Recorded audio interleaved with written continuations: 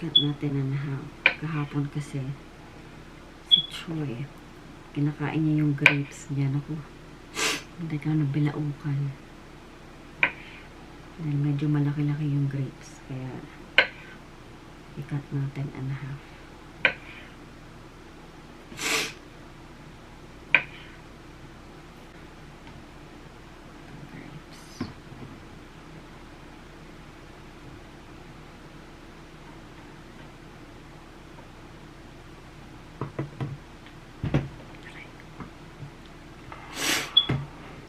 So, ito na yung lunch nila, guys. Macaroni and cheese and sausage.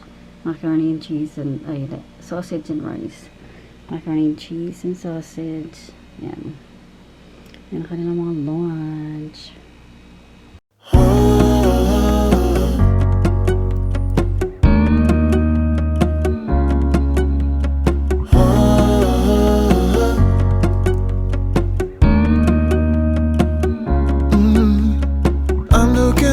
From my window, sun's coming up like the day before. You're like a stone on my pillow. I don't make a sound when I shut the door. You don't have to wake up yet. We can spend all day in bed. I'll put the TV in the room. We'll have a Netflix marathon. Kenny G saxophone. We'll order in a bunch of food. I'll put your favorite music on all the way baritone. Yeah. Shut the lights, go infrared. We can spend all day in bed. I get the wine and the corkscrew. You don't have to do one single thing. You don't know how much I want you. Just looking at you makes my whole world spin. You don't have to wake up yet. We can spend all day in bed.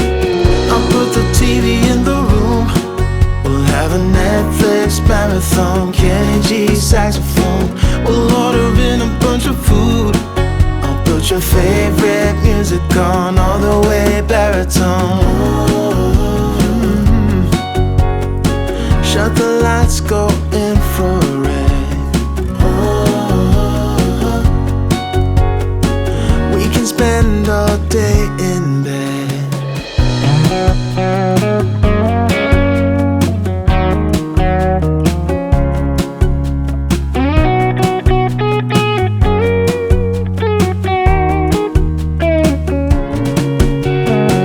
I'll put the TV in the room.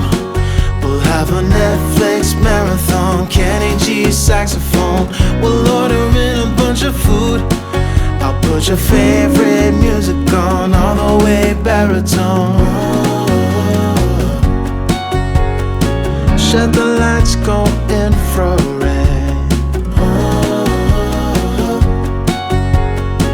We can spend all day in bed.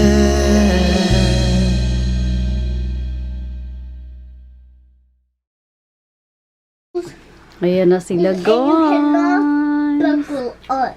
Okay. Shh. Cannot Eat. buckle up because Misty, you have to get eat. trapped in. You can't even unbuckle. Okay? You have to eat, So I girl. need to cut the It's your first day of straps. school. You're not supposed to be sad. Hey, Mom. Yeah. I think he's sad because Just she doesn't get cereal. put it up like that. Mom. Okay. Eat. Come on. Are you ready to go to Dollywood twice? Yeah. Wait, Mom been to Dollywood? I already... Mom's Me going and to Kuya Dollywood. Chad went to Dollywood already before when Kuya Chad was 6 months old, I think. Ay, What why was are it you like? crying, madam? Mommy is supposed to be crying, not you. Why are you crying? Huh? Because she doesn't get cereal. Be quiet. No, she doesn't want mom to go. To go where? You know, you have to leave your kid. Yeah, but me and Daddy are gonna be in the car waiting for her when she get out. I'm going But to you three are gonna be riding the bus home. Mom, I want Mom. Okay, Sissy, hurry up and eat. Come on. Morning. Come on. Emma, You have to eat, today- okay? Emma, Why are you crying? morning. I'm going to ride with Sissy Yeah. on the bus. Well, not tomorrow morning. Tomorrow in the afternoon, you will, maybe. No, like today. I'm gonna picking up I'm Sissy at talking school. about today. No, not today. We're gonna pick up Sissy. No, I'm going to ride. But I'm going to ride I'm going to ride with Sissy on the bus to school. That was what I was going to do. okay, we'll eat. Cause you still have to brush your teeth. You still have to put some clothes on, and then run to the bus stop. I mean, in the car. Do you think I'm gonna run here all the way to the bus stop? Yeah. You think you're What going the to run hell? all the I'm gonna way be to like school? 7 hours late. Oh, you'll be fine.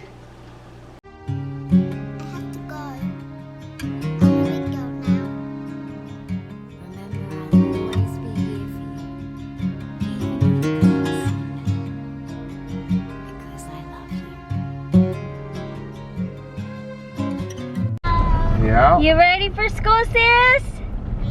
Yeah! Yes. She's ready, guys.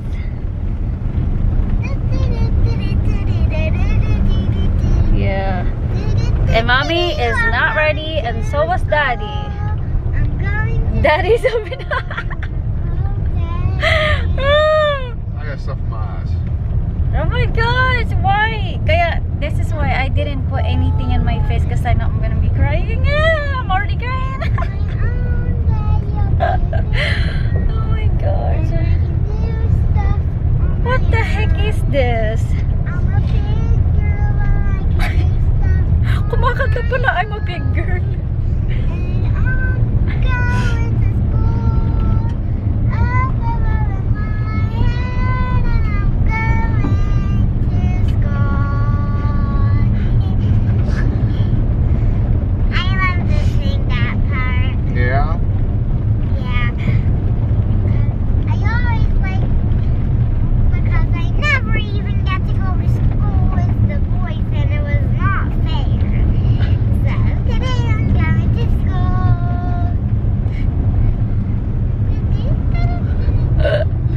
Alright, we're going to school, guys, because we're running a little bit late.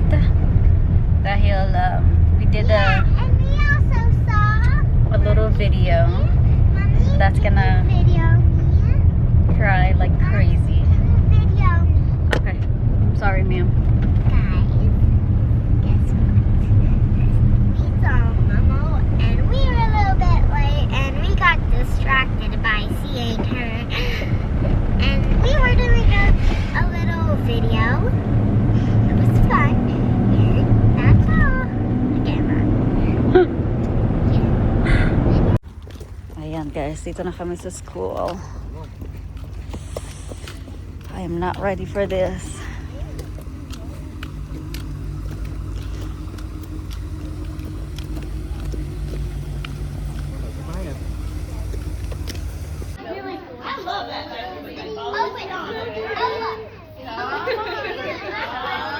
I love you. Have a good day, okay?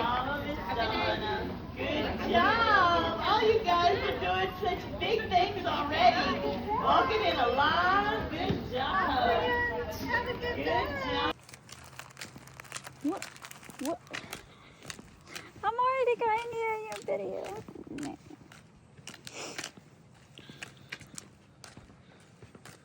It's okay, mommy. She'll be fine. I'm not. Hi, guys. Like yung face ko, like it's so dark.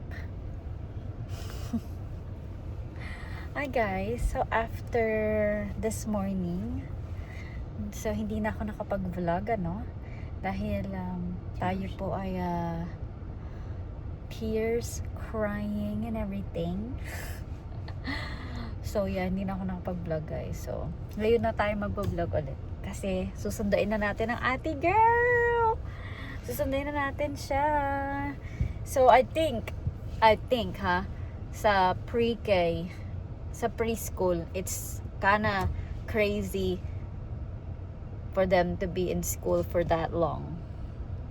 It's just pre-K, I mean preschool, right? For that long. So ayun. So susundin na natin si ate girl. So maghihintay lang tayo about 10 minutes.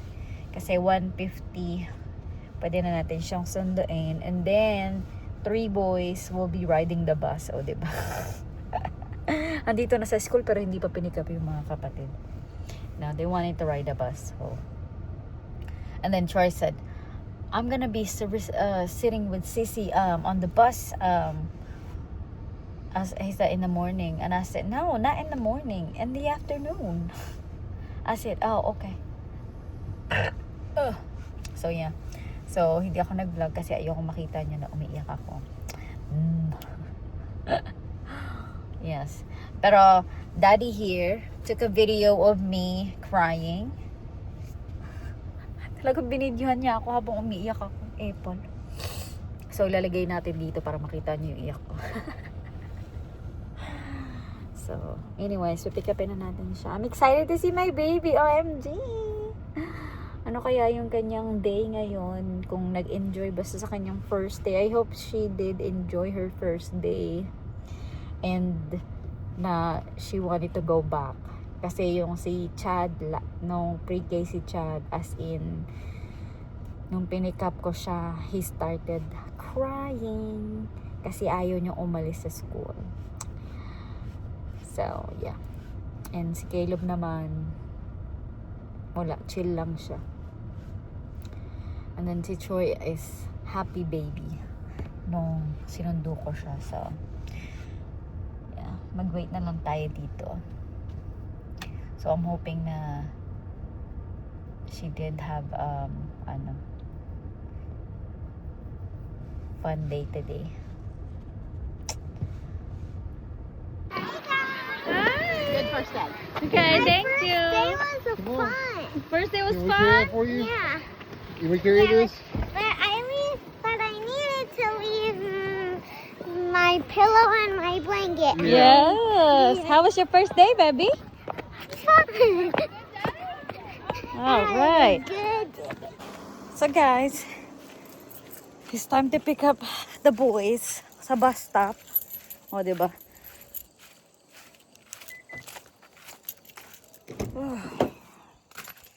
Nasa school lang kami, hindi pa namin sila pinick up eh. Hindi, kasi moment ni Natalia yan guys. And ang dami niyang kwento, as in, ang dami. Kaya kwento ko sa inyo yung mga kwento niya. But punta muna tayo sa bus stop. Let's go.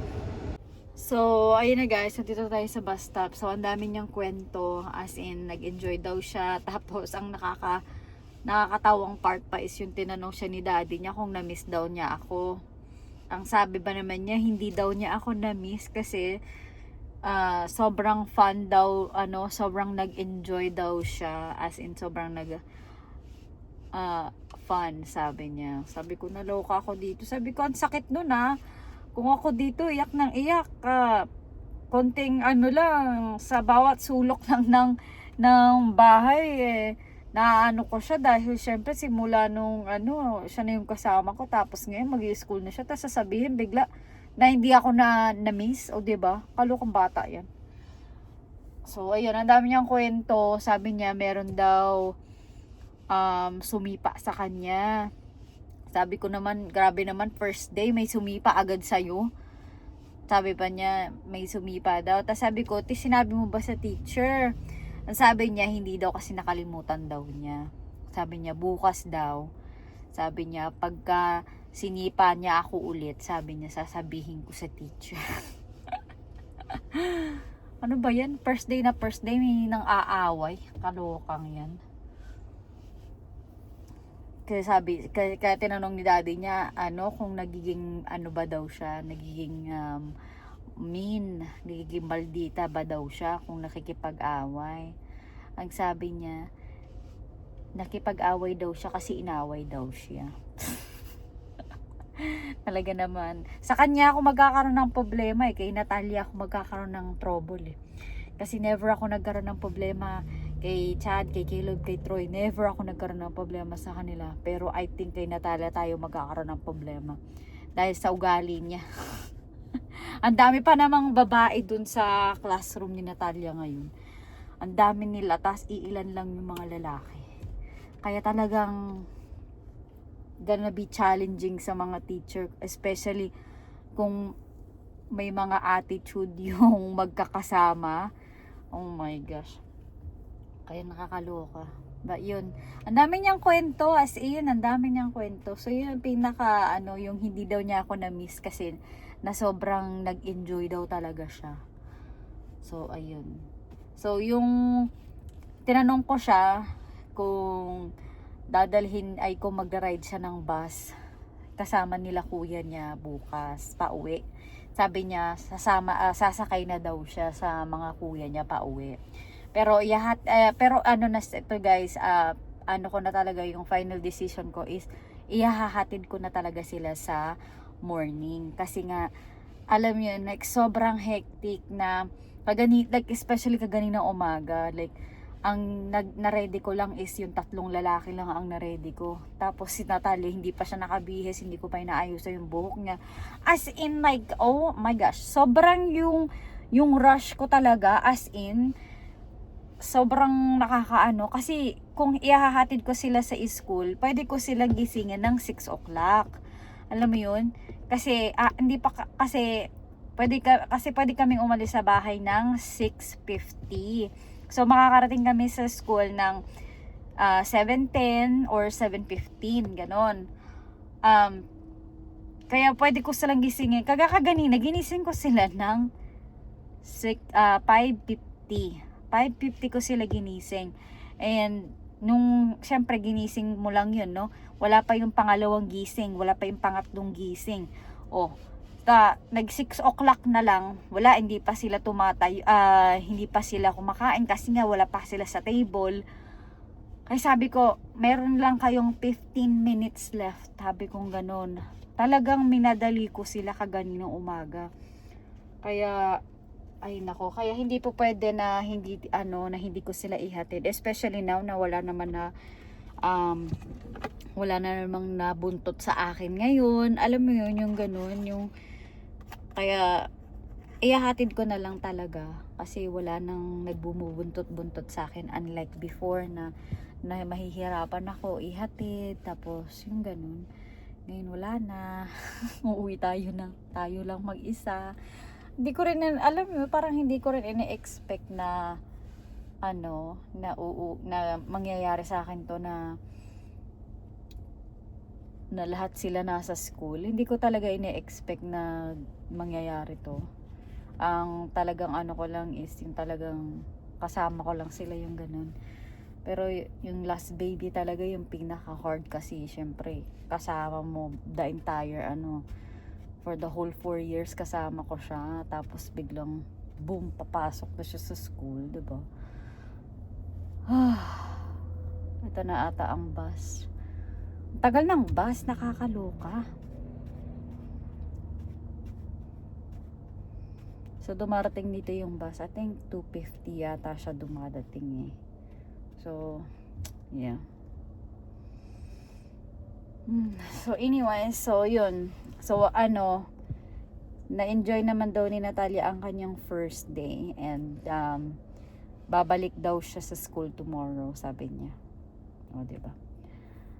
So ihahatid natin siya ulit tomorrow. Ihahatid natin talaga sila. This time silang lahat na ihahatid natin, kasama na sila. So yeah, meron tayong practice today and tomorrow.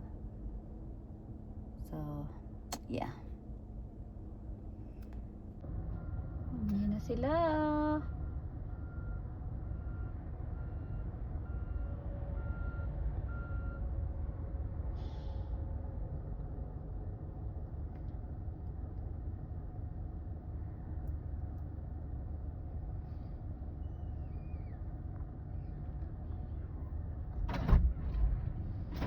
Tignan mo tong batang to.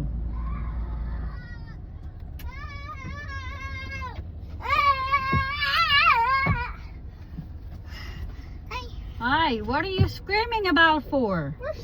He was going to bump into me.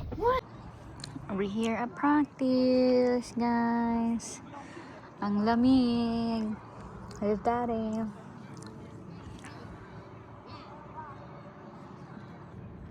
There's Caleb over there. Where, yan, yung white shirt, yung white na yan.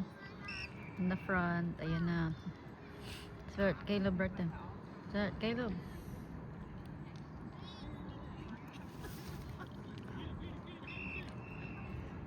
Kailangan nilang ma-learn na mag-push. Oh my gosh, they're all so little. They can't push no more. He's pushing too high. You gotta put your shoulder into it. I told him to quit getting up and standing up with it. You gotta go low. They can't get it no more. So guys, nandito kami sa car ni Kuya. Actually, si Kuya kanina pa siya dito. Ang lamig na, oh my gosh. Ang lamig.